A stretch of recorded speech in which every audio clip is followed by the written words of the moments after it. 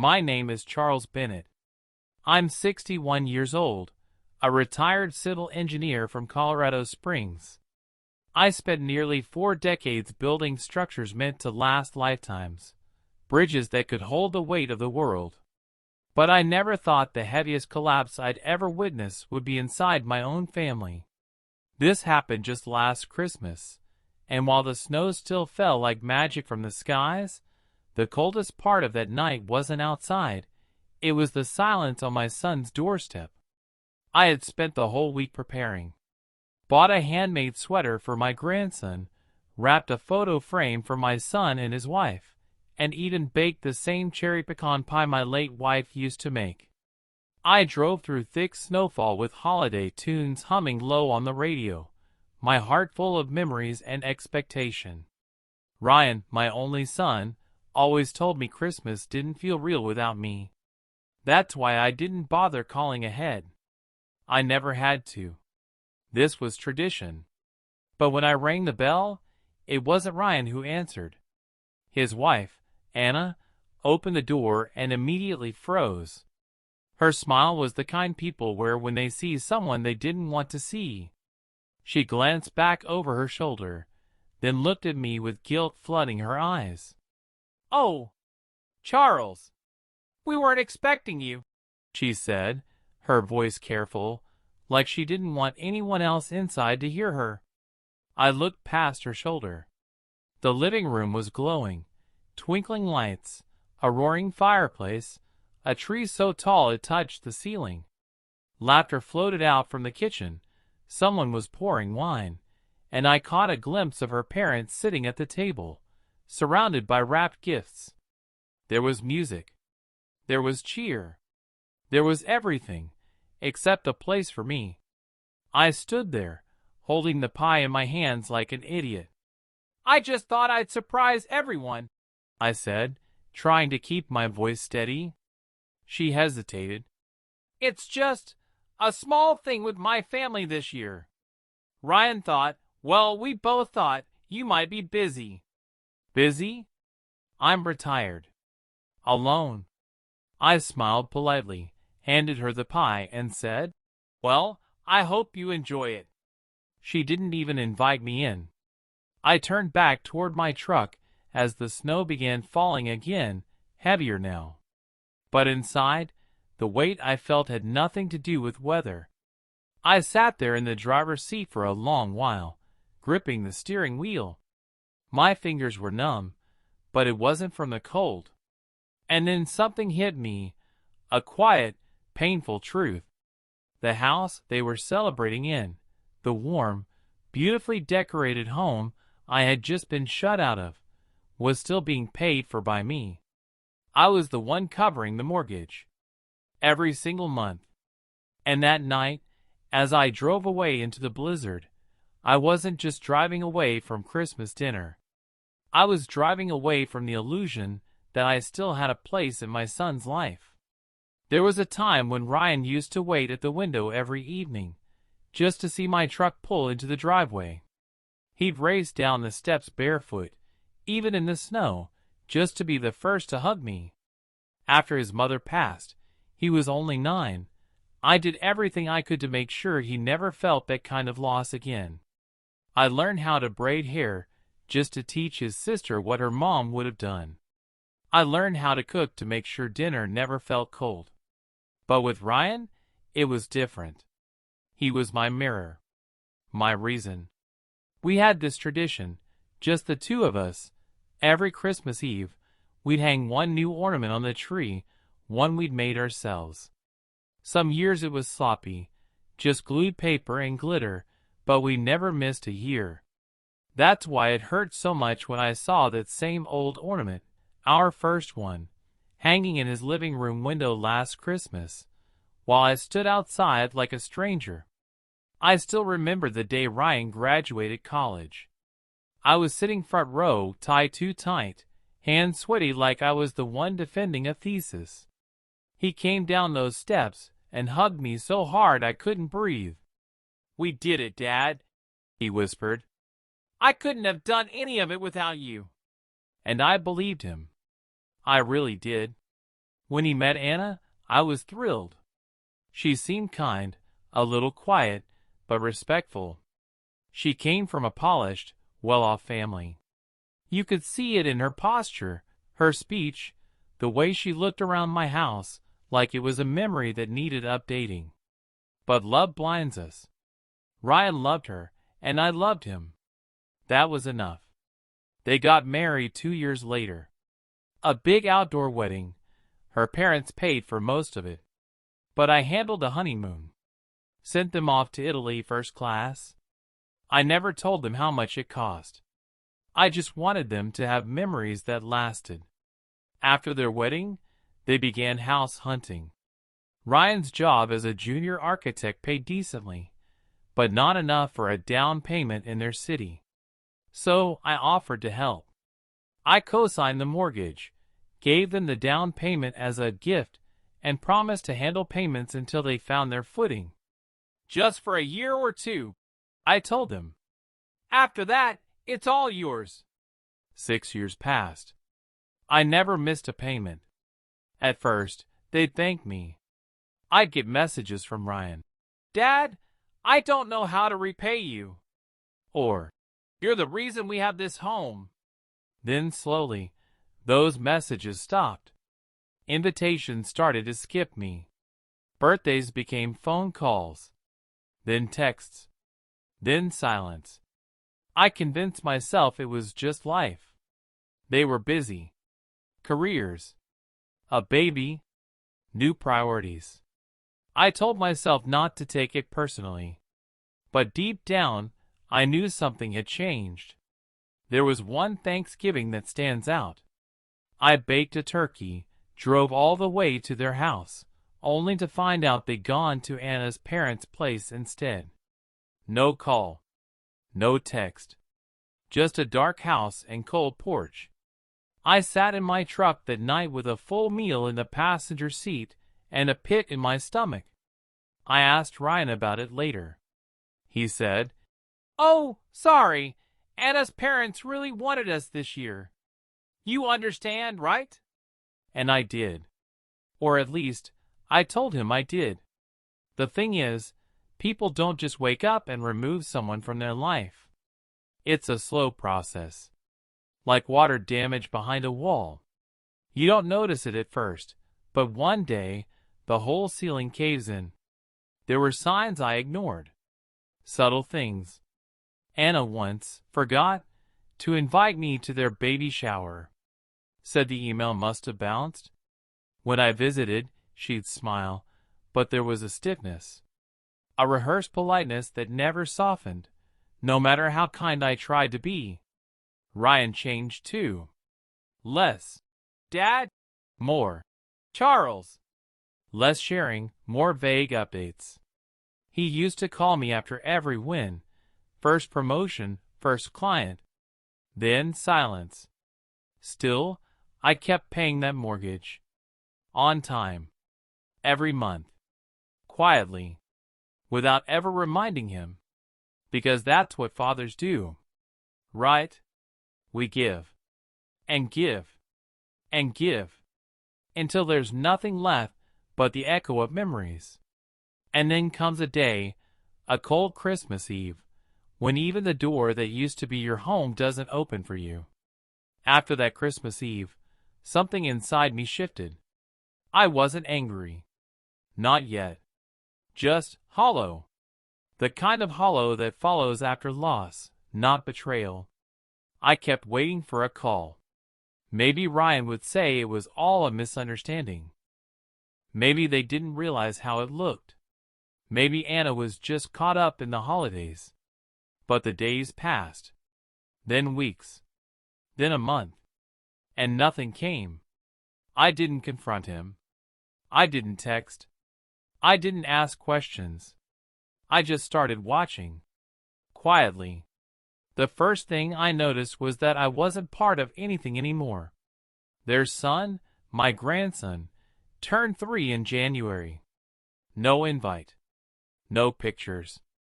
I saw a photo only because Anna posted it on Facebook. She'd blocked me from stories, but forgot her profile picture was public. There they were, the three of them in matching shirts that read, "Team Family." I wasn't even in the caption.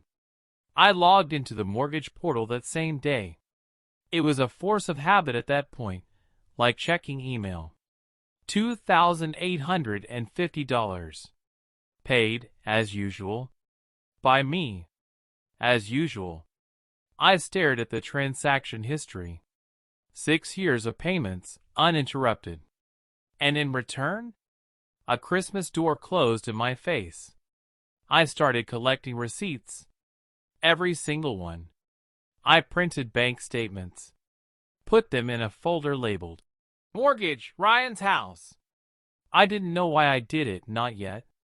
Maybe just to remind myself I wasn't crazy. That I had given something. That I wasn't just some bitter old man looking for attention. Then came the first real crack. It was mid-February. I stopped by their neighborhood one evening after visiting an old friend nearby. Just driving by. From the street, I saw something strange. My truck was parked just 2 houses away, hidden from their view. But I could see into the living room. Her father was sitting in my armchair. I knew it was mine. I'd bought that recliner for Ryan when he moved in. Custom leather, heated back, mechanical lift. It was expensive, but worth it because Ryan had chronic back pain. We picked it out together. "Only the best for your first house," I'd said.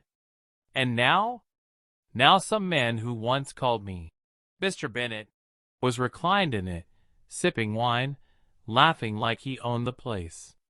That was when the anger started to simmer. Still, I said nothing. I didn't want a scene. I didn't want revenge. Not yet. I just wanted to understand how I had become invisible. So I did something I hadn't done in a long time. I started keeping notes. Small things. Missed calls. Short replies.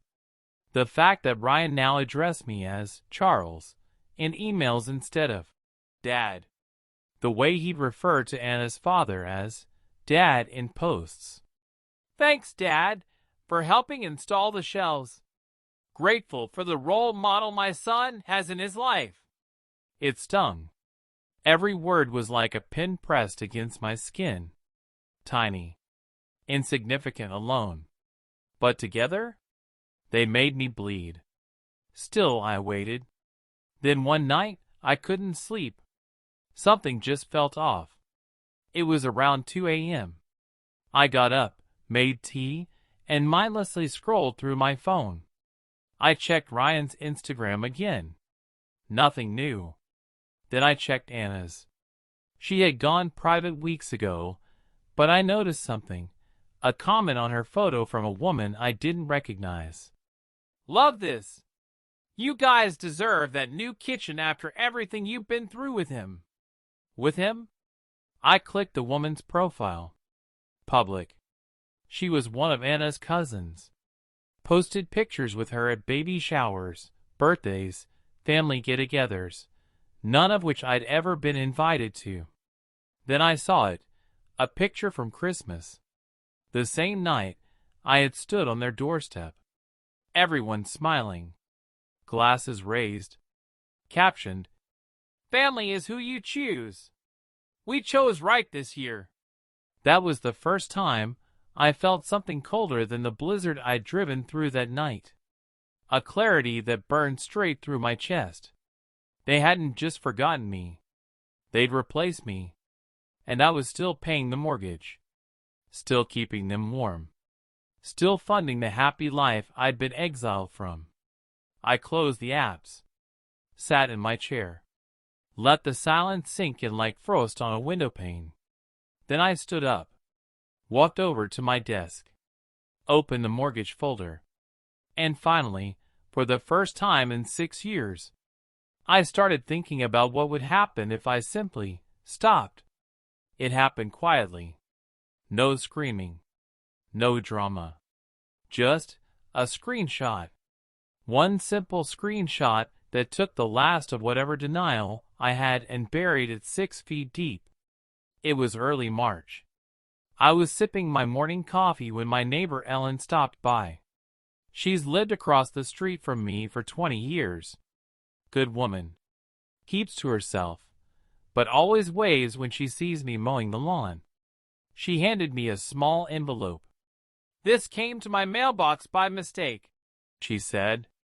I thanked her, thinking it was just more retirement account statements or junk from the VA. But it wasn't. It was a postcard. Glossy, thick paper.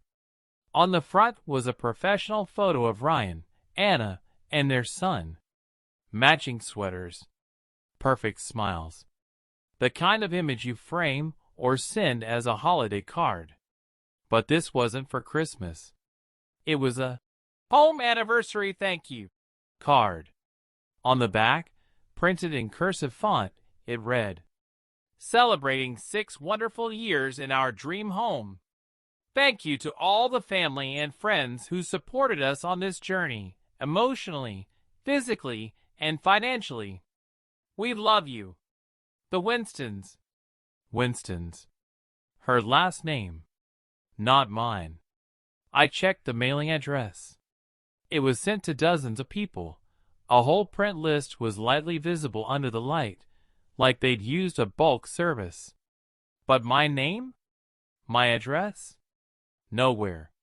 I stared at that line again. "To all the family and friends who supported us, financially." I wanted to laugh, but I couldn't even find it in me. I walked to my filing cabinet, pulled out the folder. Mortgage statements, all in my name. 6 years. Over $200,000 paid from my account. On a house that celebrated 6 years of joy, without acknowledging the man who made it possible. I wasn't just forgotten. I was erased. And in that moment, something inside me clicked. Not with rage. Not with vengeance. With silence. A calm, calculating silence. I didn't cry. I didn't call Ryan to confront him. I didn't type an angry email or post some poetic Facebook rant. I just sat there, staring at the numbers on those papers. The hard proof of everything I had given, without ever being asked, thanked, or remembered. That's when I made my decision. No more payments. No more calls. No more trying to earn a seat at a table I had built with my bare hands. I would disappear the same way they had made me disappear, but with one difference. They'd feel it. I've always believed that the quietest storms leave the deepest damage. And now, for the first time in my life, I was no longer playing the role of the forgiving father. I was shifting into something else. Not out of anger. Not out of pride. Out of clarity. The first thing I did was stop the autopay on the mortgage. I didn't cancel the account. I didn't alert the bank. I simply paused my connection to the payment system. It felt strange at first, like cutting off an oxygen line I'd been attached to for years. But it also felt freeing. I contacted my financial advisor, Ken. He's been with me since my retirement days. Knows my files better than anyone. I asked him a simple question. "Ken, what happens if I stop paying a mortgage on a house that I don't own, but co-signed?" He paused, then said, "Technically, Charles, you're not responsible for the payments unless the loan goes into default. You co-signed, yes, but you've been the one making voluntary payments. You can walk away legally." I smiled for the first time in weeks.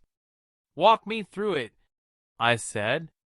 Over the next few days, I quietly prepared. I gathered every receipt, every payment confirmation, every tax record that showed I'd been the one covering that house. I built a timeline, month by month, of payments I made, and I backed it all up into 3 separate folders, one digital, one printed, and one locked in a safety deposit box. I updated my will. Removed Ryan as a beneficiary. Instead, I added my niece Claire. She's a nurse in Ohio, checks on me every Sunday like clockwork. She once drove 8 hours just to bring me soup when I was recovering from the flu. She never asked for anything, which made her the perfect recipient of everything I had left. Then I wrote a letter, not to Ryan, not to Anna, to their mortgage company. It was simple, direct, and legal. As of this date, I am no longer voluntarily contributing payments toward the property located at address. I have no legal obligation beyond co-signature status, and will not be assuming financial responsibility going forward. Signed. Dated. Filed. I didn't send it to Ryan. Not yet. I wanted him to feel the shift. So I waited. March passed. Then April. Then May. I kept watching the account. No payments were made. Apparently, they assumed I keep paying, like I always had. But I had become invisible to them, so much so that they didn't even think to check if the money was still coming in. By the first week of June, the first past due notice was generated. Then came the phone call. It was a Thursday afternoon. My phone buzzed, Ryan. I let it go to voicemail. A minute later, another call. This time, Anna. Ignored. Then a text from Ryan. Dad, I think there's something wrong with the mortgage. Can we talk? I didn't reply. I wanted the silence to speak first. 3 days later, a letter arrived at my house from the bank. Standard cosigner notification. Loan is past due by 30 days. Please remit payment or contact lender to avoid credit consequences. They were scrambling now. And still, I said nothing. I could picture the panic building. Bills piling. Tension rising. That perfect little living room, the one I wasn't allowed into, now echoing with stress and fear. And I stayed quiet. Until one morning, 2 weeks into July, Ryan showed up at my door. Unannounced. He looked tired. His shirt wrinkled, his eyes sunken. Not the polished version of him I used to know. Can we talk? He asked. I opened the door, but didn't invite him in. He stood on the porch, just like I had on that Christmas Eve. Funny how things come around. I don't understand what's happening, he said. We're getting notices. The mortgage is behind. You were always the one. I stopped, I said calmly. Back in March. He looked shocked. Like a child caught cheating on a test. Why? You weren't expecting me, I said. His face twisted. That's not fair. No, I cut in. What's not fair is funding a life I'm not allowed to be part of. What's not fair is being erased while still carrying the weight of your world. He tried to speak. I raised a hand. I'm not here to argue. I'm not here to be begged. I made my decision. This is your home. Your family. Your responsibility. I just stopped treating it like mine. He stood there speechless, and I let the silence stretch. Before he left, he muttered, "We could lose the house." I nodded. Then maybe you'll understand what it feels like to be locked out of somewhere you thought you belonged. Then I closed the door. Not with anger. Not with revenge. With peace. They say revenge is best served cold. But I wasn't serving revenge. I was serving closure. And I served it without raising my voice. 2 weeks after Ryan showed up at my door, the mortgage officially entered default status. The grace period had expired. The bank began the pre-foreclosure process. Ryan called, texted, even emailed, but I didn't respond. I wasn't being cruel. I was just done. Then, mid-August, I received a letter, a desperate one. From Ryan. Not printed, not typed, handwritten. The letter was full of apologies, explanations, even nostalgia. He wrote things like, "You were always there for me, Dad. I don't know how we let it get this far. Anna's parents were just more involved, and I didn't want to hurt anyone's feelings.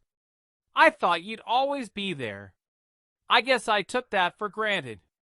It was the first honest thing I'd received from him in years. But honesty doesn't erase choices. And accountability doesn't come without consequences. 2 days later, I got a call from the mortgage company. They wanted to confirm if I intended to cover the debt to protect my cosigner credit. I told them, "No. Let the process run. I have documentation showing I was never the owner of the home and that I ceased voluntary payment months ago." The rep was quiet. Then she said, "Understood. You're cleared." That was the moment I realized I was free. Not just financially, emotionally. A week later, the for sale sign appeared in front of their house. It felt surreal. That beautiful 2-story home with a wraparound porch, the one I'd helped them buy. The one I'd poured 6 years of payments into. Now it stood like a monument to a lesson learned too late. I drove past it once. Just once. Anna was out front with her son, trying to keep him distracted while movers came in and out. Ryan stood on the porch, talking to a real estate agent. His eyes looked dead. No shine. No spark. I didn't stop. I didn't wave. I didn't slow down. I just kept driving. But that wasn't the end. They eventually moved into Anna's parents' basement. Not because they wanted to, but because no other bank would give them another loan without explaining the foreclosure. Their credit was shot. Their down payment savings gone. Their pride shattered. And yet, I stayed silent. Until one day, I got a call from a woman I didn't recognize. It was Anna's aunt. She wanted to meet me privately. Said she had something she wanted to apologize for. Curious, I agreed. We met at a coffee shop downtown. She was kind, well-spoken, and what she told me only confirmed what I already suspected. "Charles," she said gently, "I want you to know that not everyone in Anna's family agreed with how they treated you. In fact, a lot of us didn't even know you were the one paying the mortgage. They told everyone it was Anna's dad who helped buy the house." I blinked. "They erased you completely," she said. "In every story, every family gathering, every toast, they made it sound like you weren't involved at all." That was the nail in the coffin. They didn't just abandon me. They rewrote history. Painted me out like a ghost who never existed. And I realized then, it was never about the money. It was about respect. About being acknowledged for the years I gave, the sacrifices I made, the loyalty I never withheld, even when they did. So, I decided to tell the full story. I hired a lawyer. Not to sue. Just to draft a public legal statement, one that confirmed I had made every payment on that mortgage from month 1 to month 72. The document was notarized, filed with the property transfer records, and made legally visible in the county database, so that whenever anyone searched the history of that home, my name would appear. Not theirs. Mine. Legacy, I learned, isn't about being in the room. It's about being in the record. The next time Ryan emailed me, I replied with just one line. "We all reap what we water. You chose the soil." Life has a strange way of circling back. One day, you're building someone else's dream brick by brick. The next, you're sitting alone with a cup of coffee, realizing maybe the dream was never yours to begin with. It's been over a year since I stopped paying that mortgage. Since I stopped checking for texts. Since I let go of the hope that maybe, just maybe, someone would come back and say, "Thank you. We were wrong." That thank you never came. And now, I no longer need it. I moved to a quieter part of town. Bought myself a modest home. 1 bedroom, big windows, a patch of garden where I grow tomatoes and peppers. Nothing fancy. But everything in it, every brick, every nail, is mine. Nobody can take this from me, because nobody else paid for it. Sundays are my favorite now. I wake early, brew a fresh pot, sit out on the porch and read. Sometimes I go fishing. Sometimes I visit the VA and chat with old friends. And sometimes I do nothing at all. And for the first time in decades, nothing feels like everything. I've learned that silence is more powerful than shouting. That walking away doesn't make you weak, it makes you wise. And that love, real love, doesn't ask for payment plans or proof. It just shows up. Do I miss them? Sometimes. I miss the boy who used to run to me with scraped knees and call me, "Dad," with that gleam in his eyes. But that boy grew up. And in his place stood a man who forgot the hands that built his staircase. Still, I'm not bitter, because now I understand. Not everyone you raise will remember who lifted them. Some will step over you without looking back. But that says nothing about you, and everything about them. One day, maybe Ryan will drive by this quiet little house. Maybe he'll slow down. Maybe his son will ask, "Who lives there?" And maybe, just maybe, he'll say, "A man who gave me everything, and finally learned to keep something for himself."